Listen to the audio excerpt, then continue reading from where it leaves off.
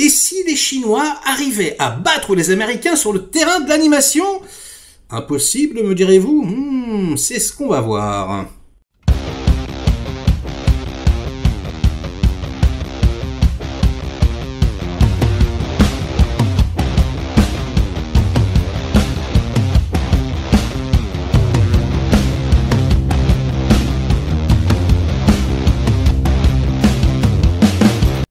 Salut les cinéphages, c'est Merej et aujourd'hui une vidéo spéciale découverte. Si vous suivez la chaîne avec assiduité, vous savez que je suis fan hardcore de cinéma asiatique, coréen, japonais, hongkongais et chinois évidemment. Et c'est le cinéma chinois dont on va parler aujourd'hui, car depuis quelques années, ils sont de plus en plus présents internationalement sur le marché de la synthèse, les effets spéciaux, l'animation.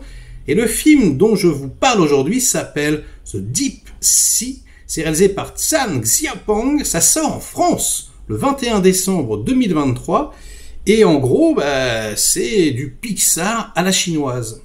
Sauf que, et je ne sais pas pour vous, mais Pixar, ils partent un petit peu en vrille dernièrement. Cette semaine sort sur nos écrans Élémentaire. Évidemment, je vous ferai la review. Mais le public semble un petit peu lassé. Et d'ailleurs, le film fait un gros flop au box-office. Alors les pontes se grattent un petit peu la tête, comment ça se fait, pourquoi? On a mal habitué les spectateurs, voilà, avec Disney+, tout le monde stream, etc., le Covid, blablabli, blablabla. Et c'est pas faux, c'est vrai qu'il y a de ça, mais j'ai quand même l'impression, et moi y compris, je sais pas pour vous, qu'on se lasse un petit peu de ce qu'ils nous proposent. Et notamment graphiquement. Graphiquement, alors je sais que je respecte énormément les animateurs, mais on sent que voilà, au niveau des visages, au niveau du character design, c'est un petit peu ronflant, c'est un peu toujours les mêmes recettes, quoi. Et c'est vrai que on n'arrive plus trop à faire la différence entre un Pixar, entre un Disney, entre une production Netflix. Ça se ressemble vraiment. Et alors là, le Deep Sea en question, waouh, c'est un réel vent de fraîcheur. Alors déjà, vous allez voir, c'est quelque part à mi-chemin entre Pixar et ce que peut faire Miyazaki en animation traditionnelle, avec, on va dire, un côté assez arty, comme si c'était de la peinture à l'huile. Les textures sont extrêmement intéressantes.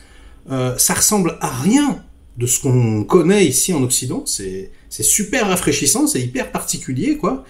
Et puis, ça donne instantanément envie de le voir, parce que c'est magnifique, d'ailleurs, ça pète de couleurs partout, enfin, c'est assez grandiose. Ça raconte l'histoire d'une petite fille, a priori, qui a des problèmes avec ses parents, je crois qu'elle a perdu son père, ou un truc dans ce genre.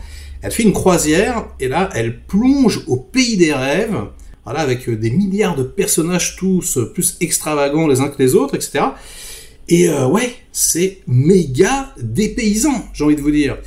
Du coup, je vais arrêter de parler, et je vais vous balancer 2 trailers. On va commencer par le premier, mon préféré, et vous allez voir que c'est franchement absolument magnifique. Attention, vous êtes prêts, c'est parti.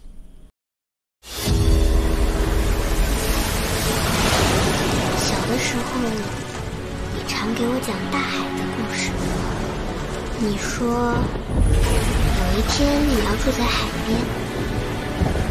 那你现在是不是也和我一样，一抬头就能看到大海呢？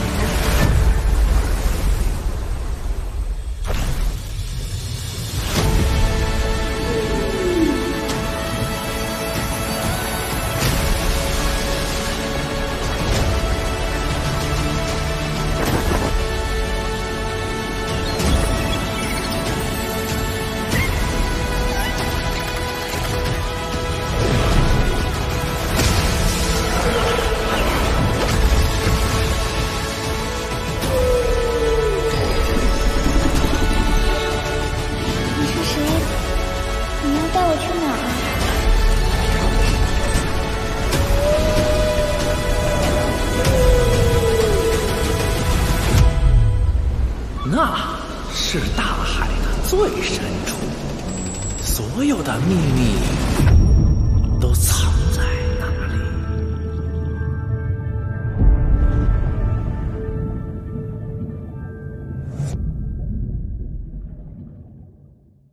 Voilà, alors je sais pas pour vous, mais moi, ça me hype carrément, franchement, j'y serai, hein, avec mon fils probablement, et s'il a pas envie, ben, j'irai tout seul, mais ouais, je vais me le faire, c'est ultra intriguant, franchement, je trouve ça très très beau. Alors, on remarque quand même qu'au niveau de l'animation, alors parce que j'ai vu plusieurs extraits, hein, j'ai même vu de longs extraits du film, et c'est vrai que il n'y a pas la qualité Pixar. Graphiquement, ça y ressemble, mais après, voilà, en ce qui concerne l'animation purement des personnages, etc., on sent que ça va très très vite, on sent que les mouvements sont beaucoup plus décomposés, il y a moins de savoir-faire, et du coup, ça donne un petit côté haché au métrage, enfin en tout cas, plus haché qu'un Pixar, hein. Et ça, ouais, c'est vrai que c'est dommage, et c'est vrai que bon, c'est quelque chose qu'il va falloir travailler pour arriver au niveau des Américains, mais tout de même, je veux dire, hormis ces petits défauts, la qualité globale, graphique de la chose est quand même assez sidérante, hein, comme je vous le disais, quoi, ce côté peinture à l'huile, c'est sublime. Il y a quelque part un effet de trop plein, il y a trop de couleurs, trop de choses, ça explose littéralement partout.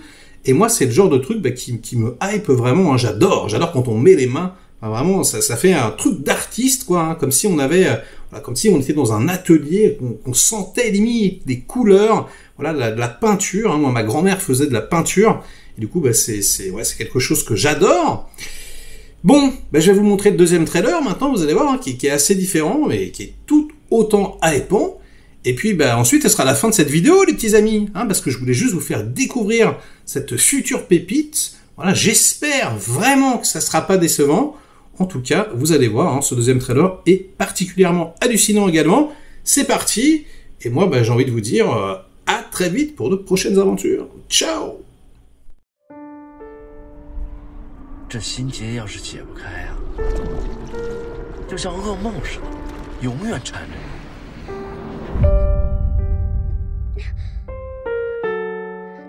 师兄，师兄，有的时候觉得自己做什么都不对。这不是刚才那个慧姐，她怎么又上来了？有她在，我们会倒霉的。 你没什么事儿，你就多笑笑，自然就会好起来的。好像妈妈离开也是我的错。师兄，别走！师兄，不是真的，这不是真的。有的时候，这个世界看上去是灰色的，可是，就算是这样。 也一定有些光亮在等着你。希望你今后的每一丝笑，都是真心的。